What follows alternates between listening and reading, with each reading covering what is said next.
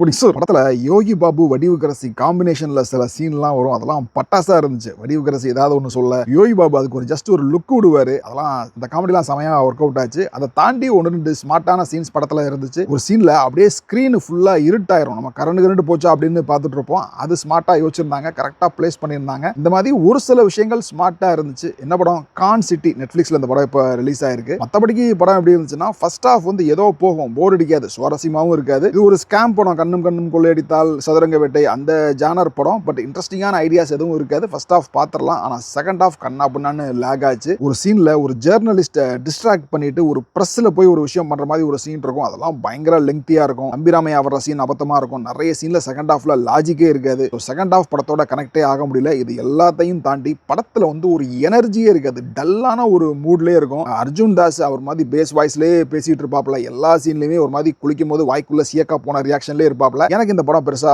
Work out ஆகல. But again இது என்னோட ஒப்பீனியன், ரிவ்யூ கிடையாது. ஒவ்வொருத்தருக்கும் ஒரு டேஸ்ட் இருக்கும். நீங்க பார்த்துட்டு சொல்லுங்க. இன்னொரு படத்துல மீட் பண்ணலாம்.